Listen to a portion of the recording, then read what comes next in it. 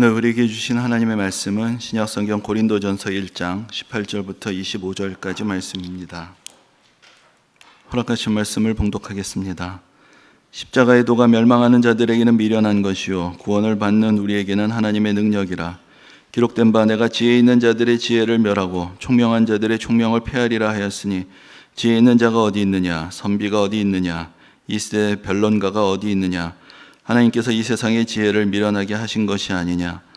하나님의 지혜에 있어서는 이 세상이 자기 지혜로 하나님을 알지 못하므로 하나님께서 전도에 미련한 것으로 믿는 자들을 구원하시기를 기뻐하셨도다. 유대인은 표적을 구하고 헬라인은 지혜를 찾으나 우리는 십자가에 못 박힌 그리스도를 전하니 유대인에게는 거리끼는 것이요 이방인에게는 미련한 것이로되 오직 부르심을 받은 자들에게는 유대인이나 헬라인이나 그리스도는 하나님의 능력이요 하나님의 지혜니라. 하나님의 어리석음이 사람보다 지혜롭고 하나님의 약하심이 사람보다 강하니라. 아멘.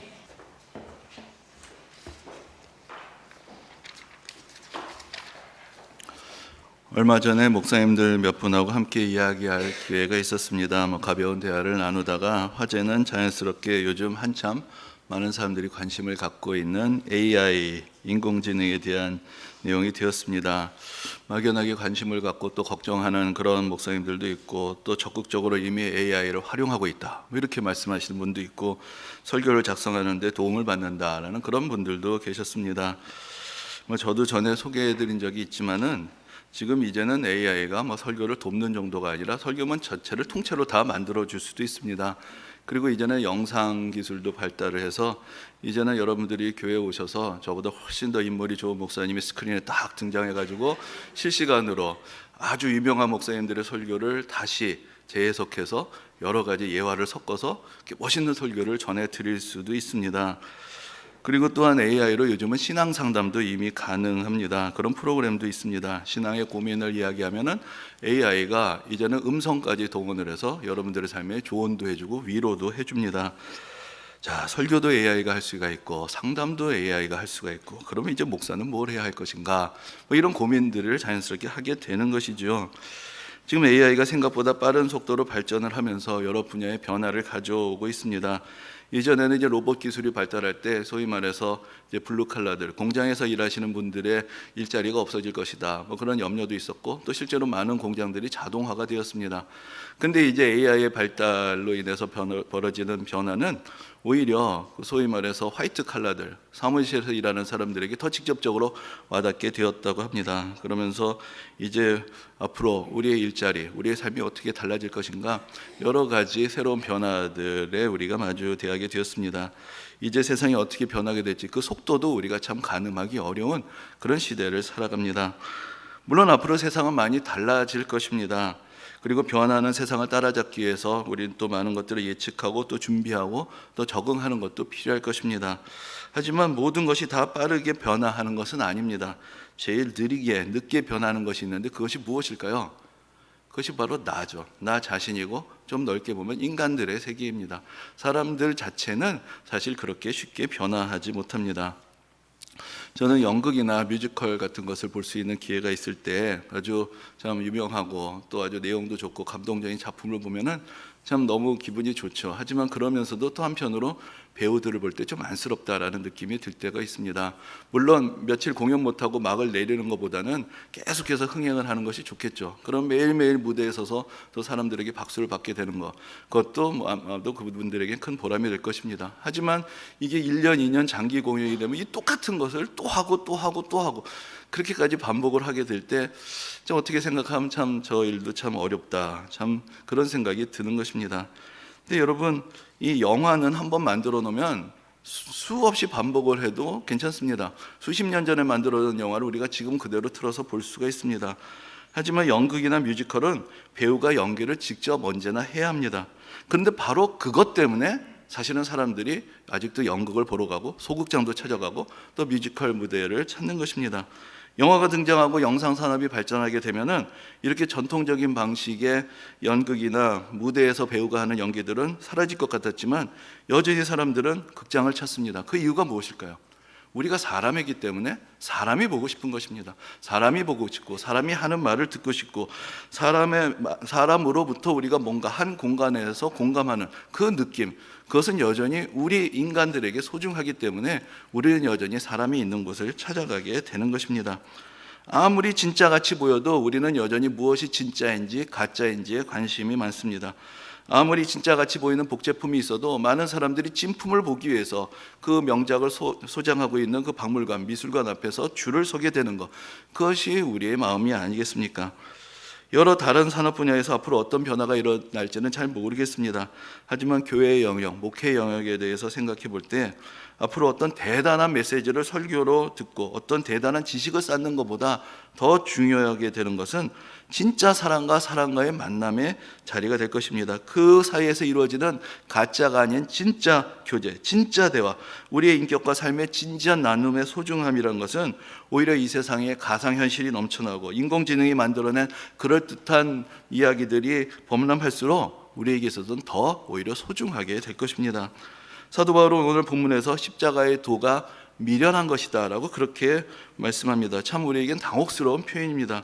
왜 그렇게 말하는 것일까요? 오늘 본문에 나오는 이 미련함이나 어리석음이라는 말은 사도 바울이 복음을 전하면서 곳곳에서 듣게 되었던 그런 반응들이었습니다. 바울은 여러 곳을 다니면서 복음을 전합니다. 유대인들에게도 전하고 헬라인들, 이방인들에게도 전했습니다. 그런데 많은 사람들이 복음을 듣고 나서는 복음을 이해하지 못하고 받아들이지 못하고 예수님의 십자가에 대해서 조롱하고 어리석고 미련하다고 그렇게 말을 하는 것을 바울은 들어야 했습니다. 오늘 본문에서 바울이 말하듯이 유대인들은 표적을 구합니다. 유대인들의 머릿속에는 늘 출애굽기가 담겨 있습니다. 뭔가 하나님의 역사라는 것은 그렇게 대단하게 홍해가 갈라지는 표적과 함께 나타나야 하는 것이고 10가지 재앙이 쏟아지는 그런 이적과 함께 나타나야 하는 것이고 그들이 고대하던 메시아는 그런 하나님의 권능을 가지고 이 땅에 와서 모든 이민족들을 몰아내고 승리를 가져들 그 영광의 메시아, 그 표적과 이적으로 가득한 그런 메시아를 기다리고 있었습니다. 그런데 그들에게 있어서 예수님이 우리를 위해서 십자가를 지시고 고난을 당하셨다는 것, 이런 무력한 메시아의 모습은 그들에게 이해가 되지 않는 걸림돌이 되는 것이었습니다. 반면에 헬라인들은 지혜를 구합니다. 헬라인들의 머릿속에는 소크라테스가 있고 아리스토텔레스가 있고 플라톤이 있습니다. 온갖 지혜에 대한 그 추구함이 있습니다. 그래서 우리가 철학이라고 할 때 그것이 어원이 지혜에 대한 사랑이다, 이렇게 우리가 배웠던 것을 여러분들 기억하실 것입니다. 논리적인 달변으로 사람을 설득할 수 있을 때 그 사람이 영향력을 갖는 것이 로마와 그 헬라의 그 그리스의 사회였습니다. 그들이 생각하기에 신이면 신이고 인간이면 인간입니다. 근데 어떻게 신이 인간이 될 수 있는가? 그리고 왜 신이 어리석게 인간이 되어서 그 모든 고난을 당하는가? 그것을 그들로서는 전혀 이해할 수 없었습니다. 이것은 말이 되지 않는 모순이고 어리석음이라고 생각했던 것입니다. 하지만 그 어리석고 미련한 길이 전능하신 하나님께서 우리를 구원하시기 위해서 택하신 길이었습니다. 사도 바울은 오늘 본문에서 이렇게 말합니다. 하나님께서 전도에 미련한 것으로 믿는 자들을 구원하시기를 기뻐하셨도다라고 그렇게 가르쳐주고 있습니다. 여기서 전도에 미련한 것이라는 것은 전도는 미련하다, 우리가 미련한 방법으로 전도해야 된다, 이것을 말하는 것이 아니라 우리가 전하는 내용이 미련한 것이다 라는 뜻입니다. 우리가 미련한 내용을 전한다는 것, 바로 예수 그리스도의 십자가를 전하는 것, 그것이 전도다 라는 것을 우리에게 가르쳐주는 것이고, 하나님은 다른 어떤 것이 아니라 세상 사람들에게 미련해 보이는 그 예수 그리스도의 십자가를 전하심으로 이 세상을 구원하시기를 기뻐하신다, 그렇게 사도 바울은 우리에게 가르쳐주고 있는 것입니다. 우리가 지금 사순절을 보내면서 예수님의 고난을 묵상합니다. 성경은 우리에게 예수님이 우리를 위해서 고난을 당하시고 십자가에서 죽으심으로 우리의 모든 죄를 대신 담당하시고 우리를 구원하셨다라고 그렇게 가르쳐줍니다. 그런데 여러분, 왜 예수님은 그렇게 고난을 당하셔야 했을까요? 전능하신 하나님이 인간의 죄를 심판하기로 작정하셨으면 심판하실 것이고, 만약에 용서하시기로 작정하셨다면 그 전능하신 하나님께서 그냥 이 세상에 한마디 하시면 되는 것 아닙니까? 내가 너희를 용서하노라, 그러면 될 텐데 왜 그렇게 예수님이 이 땅에 오셔서 그 모든 고난을 당하시고 우리 위해서 희생하시고 낮아지시는 그 길을 가셨는가? 참으로 어떻게 생각하면 이 길이야말로 어리석고 미련한 길이 아닌가라는 생각을 하지 않을 수가 없습니다. 그러나 사도 바울은 하나님의 어리석음이 인간의 지혜보다 더 지혜롭다라고 우리에게 가르쳐줍니다. 여러분, 용서가 단지 지식이라면 그렇게 말로 할 수 있을 것입니다. 구원이란 것이 어떤 메시지의 전달로 이루어지는 것이라면 그렇게 말씀 한마디로 될 것입니다. 그러나 인간은 지식으로 변하지 않고 인간은 어떤 메시지로 달라지지 않습니다. 인간을 변화시키는 것은 진정한 사랑이고 진실의 힘인 것입니다. 예수님은 진짜 사람으로 이 땅에 오셨습니다. 그리고 사람들을 만져주시고 만나주시고 일으켜주시고 위로해주시고 고쳐주셨습니다. 사람들은 예수님을 통해서 하나님께서 그들을 어떻게 사랑하시는지를 몸으로 느끼고 경험했습니다. 진짜 인간으로 오신 예수님을 통해서 하나님의 진짜 사랑을 그들이 경험하게 되었던 것입니다. 여러분, 누가 여러분을 사랑한다고 하면서 그것이 말뿐이면 누구도 그것을 진지하게 받아들이지 않을 것입니다. 사랑이 사랑으로 받아들여지는 것은 그것이 말이 아니라 행동일 때, 그것이 마음만이 아닌 사랑의 실천으로 다가올 때 가능한 것입니다. 느껴져야 느낄 수 있는 것입니다. 말만으로 생각만으로는 안 되는 것입니다. 그래서 하나님께서는 이 미련한 방법을 택하십니다. 우리가 하나님의 사랑을 직접 보고 느끼고 경험하도록 이 세상에 오신 것입니다. 예전에 주일학교에서 예수님의 십자가에 대한 이야기를 들었을 때 저도 그 당시에 그런 생각을 했었습니다. 아니, 예수님은 하나님의 아들이신데 뭐가 아프시겠어? 그냥 십자가에 잠깐 있다가 내려오신 거 아닌가? 그런 생각을 했던 적이 있습니다. 하지만 예수님께서 고통을 느끼시지 않으시는 분이시고 우리와 전혀 다른 분으로 사시고자 하셨다면 굳이 이 땅에 오실 이유가 없었습니다. 예수님이 이 땅에 오신 이유는 우리와 같이 되셔서 우리와 같은 사람으로서 우리를 만나시고 함께 하시고 우리를 위해서 당하시는 고통을 통해서 우리에게 진정한 사랑을 느끼게 하셨던 것입니다. 제가 처음 부흥회라는 곳을 갔던 것이 중학교 1학년 때였는데 그때 교회 중등부에서 학생들을 위해서 중고등부 연합 부흥회가 있었습니다. 그때 들었던 말씀 중에 지금도 기억나는 이야기가 있습니다. 그것은 바로 여러분들이 다 많이 들어보셨을 텐데 그 벨기에 출신의 그래서 하와이에서 나병 환자들 사이에서 사역했던 다미안 신부님에 대한 이야기였습니다. 그분이 처음으로 그 나환자들을 만났을 때 이 사람들이 당신은 정상인인데 우리에 대해서 뭘 아느냐고 그를 배척했다는 것입니다. 당신은 우리의 심정을 모른다는 것이죠. 그러니까 이 다미안 신부님이 내가 저 사람들에게 복음을 전하려면 내가 저 사람들과 같이 되어야 되겠다라고 마음을 먹습니다. 그래서 사역을 하다가 어쩌다가 나병에 걸리신 것이 아니라 나환자가 되기 위해서 노력을 하셨다는 것입니다. 그래서 결국은 진짜 나환자가 되었습니다. 그리고 그들에게 다가가고 그래서 그들에게 복음을 전하는 그런 사역을 감당을 하셨던 그런 이야기를 들었던 것, 그것이 지금도 기억이 납니다. 여러분, 아는 척하는 것, 진짜 인척하는 것으로는 감동이 없습니다. 통하지 않습니다. 진짜가 되어야 하는 것입니다. 그래야 믿을 수 있고 그래야 통할 수 있습니다. 예수님은 진정한 인간으로 이 땅에 오셨고 인간으로서 우리가 당하시는 고난을 함께 그대로 당하시고 죽음의 자리까지 내려가셨기 때문에 우리가 그분을 믿을 수가 있고 그분과 함께 은혜를 받고 구원을 받을 수가 있게 되는 것입니다. 이것이 우리를 용서하시고 구원하시려는 하나님의 미련하고 어리석은 사랑입니다. 우리도 때로는 미련할 때가 있고 조금 어리석어질 때가 있습니다. 그것이 언제입니까? 사실 우리도 사랑을 하면 조금 미련해지고 조금 어리석어지고 우리의 계산하는 머리가 잠시 멈추게 됩니다. 그래서 말도 안 되는 일을 하기도 하고 어리석은 행동을 하기도 합니다. 하지만 우리의 사랑의 한계는 우리의 미련하고 어리석음의 한계와 같이 갑니다. 사랑이 식으면 정신을 차리게 되고 여러 가지 계산이 머릿속을 다시 복잡하게 채우게 됩니다. 좀 다른 말로 표현해 보면은 사랑을 할 때 우리는 하나님을 더 닮았고 더 인간적이 되지만 우리의 사랑이 식으면 우리는 더 AI 같이 되는 것입니다. 계산을 하는 것은 AI가 더 잘합니다. 인간됨이란 그런 발빠른 이익의 계산에 있는 것이 아니라 믿음과 소망과 사랑에 있습니다. 그래서 사도 바울이 우리에게 믿음과 소망과 사랑은 영원하다라고 그렇게 가르쳐 준 것입니다. 시간이 지나고 세월이 지나면서 앞으로 많은 것이 달라질 것입니다. 하지만 우리가 인간인 이상은 우리는 여전히 어떤 척하는 것, 그럴듯하게 보이는 것에 에워싸여 있으면서도 진정한 사랑이 그리울 것입니다. 진정한 사람의 소리가 듣고 싶을 것이고 사람과 사람의 만남에 대한 애착은 점점 더 커질 것입니다. 복잡한 계산과 이익의 다툼이 아니라 단순함, 진실함, 순수함이 앞으로 인간성에 있어서 더 소중한 증거들이 될 것입니다. 여러분, 지난 3월 1일은 3.1 만세운동의 105주년 기념일이었습니다. 이 3.1 운동이라는 것도 어떻게 생각하면 지극히 참으로 순진하고 어리석은 운동이었습니다. 그 당시에 이제 유럽과 세계를 뒤흔들었던 1차 세계대전이 끝나던 그런 때였습니다. 그 시기에 이제 미국의 윌슨 대통령이 소위 민족 자결주의라는 것을 주창을 합니다. 그러니까 각 민족이 자기 운명을 결정할 자격이 있다라는 것이죠. 그러나 미국과 특별히 이제 서방의 그 전승국들의 입장에서 그 민족이라는 것은 패전국의 식민지에 사는 백성들을 의미하는 것이었습니다. 그래서 그들이 이제 패전국으로부터 자유를 얻고 이들이 다시 어느 나라의 식민지로 가는 것이 아니라 이들이 독립해서 그 자유를 얻을 수 있도록 도와줘야 된다라는 그런 차원에서 그런 주장들을 한 것이었습니다. 그런데 그 당시에 1차 세계대전에서 일본은 전순국의 편에 있었습니다. 일본은 연합국의 일원으로 선전포고를 독일에게 했었던 상태였고, 그래서 오히려 그 상황에서 일본은 어떻게 하면 전순국의 식민지를 자기들이 독차지해서 자기들의 영향을 확보할 것인가, 거기에 대해서 관심이 있던 그런 시대였습니다. 그런데 이 민족 자결주의라는 이야기가 이제 조선에도 전해지게 되는 것이죠.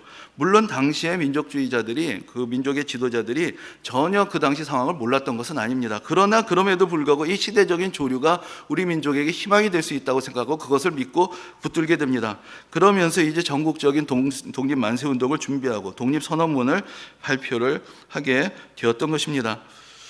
그런데 이 독립 선언문이란 것이 또 어떤 면에서 보면 참 황당하기 그지가 없습니다. 너무 거창하고 대의에 충실하고 너무나 관대하고 너무나 순진무구합니다. 아마 여러분들 다 학창시절에 한 번은 그 내용을 보신 적이 있으실 것입니다.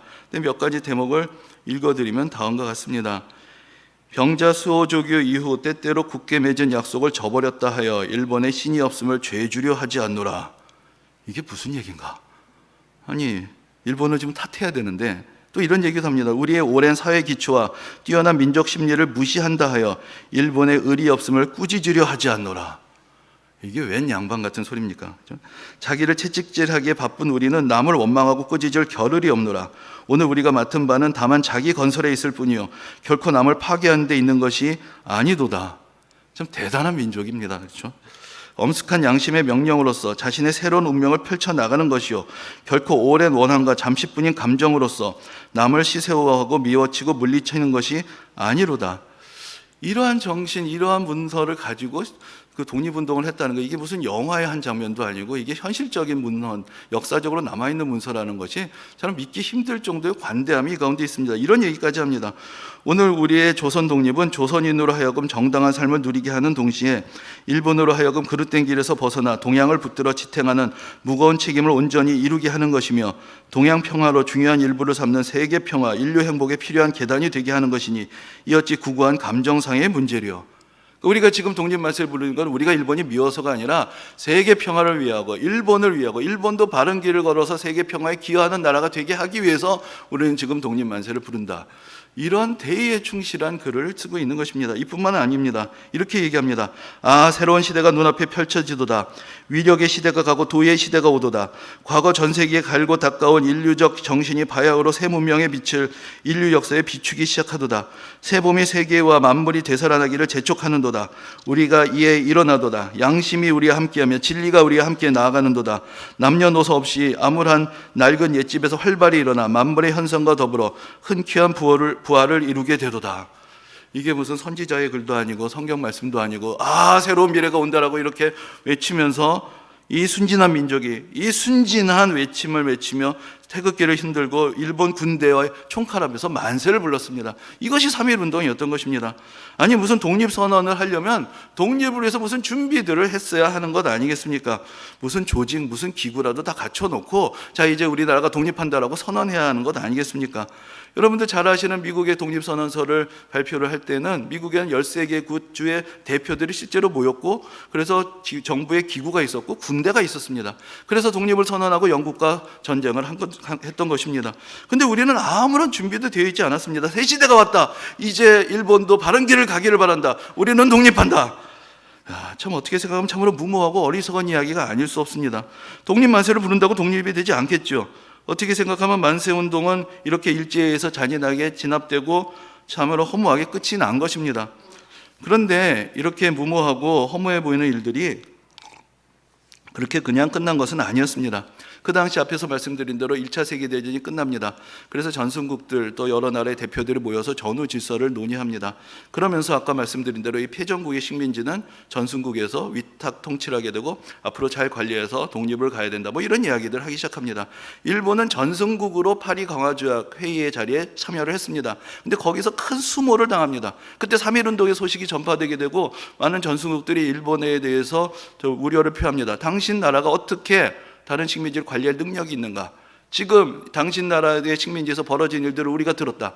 일본은 그 자리에서 전승국으로 대접을 받고 싶어서 갔는데 큰 굴욕감과 모욕을 느끼게 되었습니다. 그리고 나서 시간이 지납니다. 2차 세계대전이 일어나고 이번에는 일본이 패전국의 지위가 되었습니다. 그래서 이제 전후의 질서에 대해서 이야기하고 일본에 내걸 항복 조건을 논의하기 위해서 연합국 대표들이 모입니다. 근데 그 자리에서 조선의 독립을 일본의 항복 조건에 포함을 시켰습니다. 여러분들 생각하면 우리 당연하지, 우리나라 원래 독립국이었는데 당연히 우리나라가 독립해야 되지라고 생각할 수 있겠지만, 여러분 전쟁을 하는 나라 입장에서 생각해 보시면 어떨까요? 자, 미국은 언제 일본의 침략을 받았습니까? 1941년에 침략을 받았습니다. 자, 그리고 일본이 침략을 하고 여러 세력을 펼쳤습니다. 미국의 입장에서는 1941년 전으로 돌아가면 되는 것입니다. 여러분, 일본이 침략을 했다고 해서 그것이 모든 나라의 위해가 되는 것은 아니죠. 그러나 전승국들이 생각할 때 일본의 침략은 언제부터 시작이 되었느냐? 그것은 1941년 진주만을 폭격함으로 시작된 것이 아니라 1910년에 조선을 식민지로 삼으면서 일본의 야욕과 침략은 시작이 되었다. 그렇기 때문에 일본은 조선을 독립시켜야 된다. 그것이 항복의 조건이다. 그것이 그들의 이해관계가 없는데도 포함이 된 것입니다. 우리가 가만히 있었다면, 우리가 일본 안에서 아무런 생각 없이 이것이 현실이고 어떻게 우리가 일본에서 벗어날 수 있겠느냐, 그렇게 생각하고 가만히 있었다면 어떻게 우리가 그러한 권리를 누릴 수가 있었겠습니까? 여러분, 그 당시에도 많은 똑똑한 사람들은 만세운동 어리석다고 했습니다. 그렇게 만세 한번 부른다고 독립이 오느냐? 만주에서 총 한번 쏜다고 일본 군대를 이길 수 있느냐? 다 어리석고 무지한 짓이다. 우리가 그렇게 똑똑한 사람들의 뒤만 쫓아갔다면 어떻게 되겠습니까? 여러분, 이렇게 이야기하는 것이 어떨지 모르겠지만은, 여러분, 그런 지역이 있습니다. 일본의 오키나와는 원래, 오늘 자꾸 역사 얘기를 해서 죄송하지만 원래 독립국이었습니다. 조선과도 외교 관계가 있던 나라였습니다.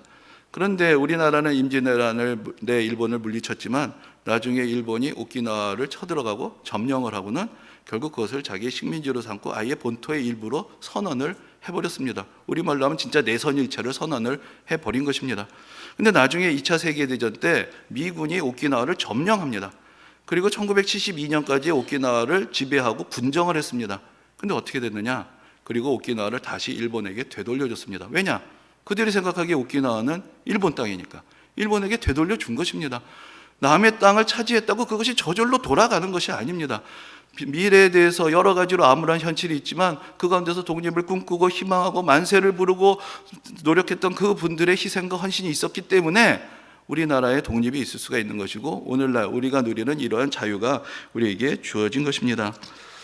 어떻게 생각하면 순진하고 단순하고 진실하게 꿈을 꾸는 것, 이것은 비현실적이고 어리석게 보이지만 그 단순함, 순수함이 가지는 힘이 있습니다. 그것이 바로 현실을 이기는 것이고 현실을 바꾸는 것입니다. 저는 그 조선의 백성들이 그 순수한 믿음과 희망을 가지고 만세운동을 할 수 있었던 이유가 어디 있느냐? 바로 그 당시 교회가, 기독교가 만세운동에서 중요한 역할을 하면서 사람들에게 소망을 주었기 때문이라고 생각합니다. 희망을 잃었던 이 백성, 꿈을 잃었던 이 백성이 희망을 갖게 하고 꿈을 꾸게 하고 불가능한 것을 바라보게 하는 것은 바로 믿음의 힘이고 신앙의 힘이기 때문입니다. 전에 얼마 전에 어떤 글에서 한국과 중국과 일본의 문화산업에 대해서 비교하는 그런 이야기를 들은 적이 있습니다. 중국은 어떤 작품을 만드냐? 중국이 최고다라는 그런 작품들을 계속 만든다는 것입니다. 일본은 어떤가? 일본이 과거에 했던 여러 가지 부끄러운 일들을 자꾸 가리는 그런 작품들을 만든다는 것입니다. 그래서 그 일본의 작품에서는 일본이 행했던 그런 일들이 잘 드러나지 않는다는 것입니다. 근데 한국은 어떠냐? 한국은 자기들의 부끄러운 일들, 사회적인 모순 이런 것들을 있는 그대로 다 드러낸다는 것입니다. 그래서 사람들이 공감을 하게 되고 관심을 갖게 되고 그 안에서 또 많은 사람들이 또 한국 문화를 공유하게 되는 것이다. 이제 그런 이야기를 들었던 적이 있습니다. 여러분 어떻게 생각하면 우리 민족은 이 근대 시기에 참으로 어리석고 밀어냈고 세상의 변화를 제대로 읽지 못해서 나라를 잃고 큰 고난을 겪어야 했습니다. 그러나 그 고난은 이제 돌아보면 헛된 것이 아니었습니다. 그 고난을 이겨내고 우리는 희망과 믿음을 가지고 이제 새로운 미래를 만들어내었고, 이제 과거의 경험을 이제는 우리만의 것이 아니라 많은 사람들과 공유하게 되었고, 우리의 과거의 역사 또 우리가 그렇게 해서 받았던 지혜들이 이제는 많은 사람들과 함께 공유하며 또한 희망의 증거들로 제시할 수가 있게 되고, 이제 새로운 이야기들이 쓰여지게 되는 것입니다. 여러분 어떻게 생각하면 십자가의 길은 아주 미련한 길입니다. 그러나 그 길이 어리석고 미련하기 때문에 오히려 그 길에는 능력이 있는 것입니다. 여러분들 잘 아시는 그 톨스토이의 그 단편 작품 중에 바보 이반이라는 작품이 있습니다. 이 바보 이반은 그야말로 바보였습니다. 우직하고 계산할 줄 모르고 달라면 다 주고 해야 할 일은 반드시 하는 그런 사람이었습니다. 근데 그에게도 똑똑한 형들이 있습니다. 큰 형은 야망이 컸고 그 군인이 되어서 크게 성공합니다. 둘째 형은 재리에 밝았고 장사를 해서 크게 성공합니다. 근데 이제 악마가 이 집안을 무너뜨리기로 작정을 합니다. 그래서 쫄개 셋을 보냅니다. 그래서 이 형제들을 다 무너뜨리게 합니다. 형 둘을 무너뜨리는 건 일도 아니었습니다. 그 사람들은 자기의 야망 때문에 자기의 욕심 때문에 다 허물어져 버립니다. 그런데 이 바보 이반은 어떻게 해도 끄떡을 하질 않습니다. 오히려 악마가 이 바보 이반에게는 상대가 되지 않았습니다. 그래서 결국은 이 바보가 결국 그 가정을 구원하게 되는 이야기, 그 이야기의 메시지를 톨스토이는 우리에게 전하여 주고 있습니다. 여러분 예수님께서 그 능력을 가지고 이 세상의 명예와 영광을 구하셨다면 사탄의 놀이개가 될 수밖에 없었을 것입니다. 그러나 예수님께서 정말로 낮아지시고 겸손하신 고난의 삶을 사셨기 때문에, 정말로 미련할 정도로 진실된 사랑을 가지고 우리를 구원하고자 하셨기 때문에 사탄이 도저히 힘을 쓸 수가 없었던 것이고, 사탄의 손에서 모든 인류를 구원하시는 큰 은혜의 역사를 이루신 것입니다. 이제 우리도 예수님을 따라가야 합니다. 하나님의 어리석은 사랑, 이 변하지 않는 것 같은 인간들, 지금도 우리가 지긋지긋한 이 인간들을 사랑하시고 그들의 곁으로 오시고 그들을 사랑하시고 그들을 위해서 고통을 당하시고 그들을 위해서 죽으신 그 사랑, 그 순진한, 그 무모하고 그 어리석은 사랑이, 그것이 바로 십자가의 길이었습니다. 그리고 그 길이 우리를 구원하는 길이었고 우리에게 진정한 소망을 주시는 길이었던 것입니다. 사실 우리는 예수를 믿어도 우리의 계산을 내려놓기가 쉽지가 않습니다. 우리는 이익을 계산하고 하지 않고는 사실은 단 하루도 살 수가 없는 것, 그것이 우리의 현실입니다. 때로는 우리가 이렇게 생각합니다. 내 인생이 잘 풀리지 않는 것은 내가 좀 더 약삭 빠르지 못했고, 내가 좀 더 계산적이지 못했고, 내가 좀 더 이기적이지 못했기 때문이 아닌가, 그렇게 후회를 할 때도 있습니다. 하지만 여러분, 우리가 분명히 가야 할 길을 정하지 못하고 여전히 이리저리 흔들리고 있기 때문에 우리 삶은 쉽게 유혹에 넘어가고 있고 우리 삶은 무너지는 것이 아닙니까? 우리가 하나님의 부르심 앞에 바르게 설 수 있다면, 때로는 우직하게 단순하게 우리가 가야 할 그 부르심을 향해서 한 걸음 한 걸음 나아가는 그런 인생이라면, 예수님의 십자가의 길을 우리도 기꺼이 가고자 하는 그런 삶이라면 어떠한 세력도 우리를 넘보지 못하고 우리를 무너뜨리지 못할 것이고, 우리 위해서 이루시고자 하시는 하나님의 선하신 뜻이 우리 삶을 통해서 이루어지게 될 것입니다. 하나님의 어리석음이 세상의 지혜보다 더 지혜롭다는 것을 오늘도 깨닫고, 예수님께서 가셨던 그 십자가의 길 가운데서 우리의 새로운 은혜의 길을 찾는 그런 믿음의 역사가 모든 성도님들에게 함께 하시기를 주님의 이름으로 축원합니다. 아멘.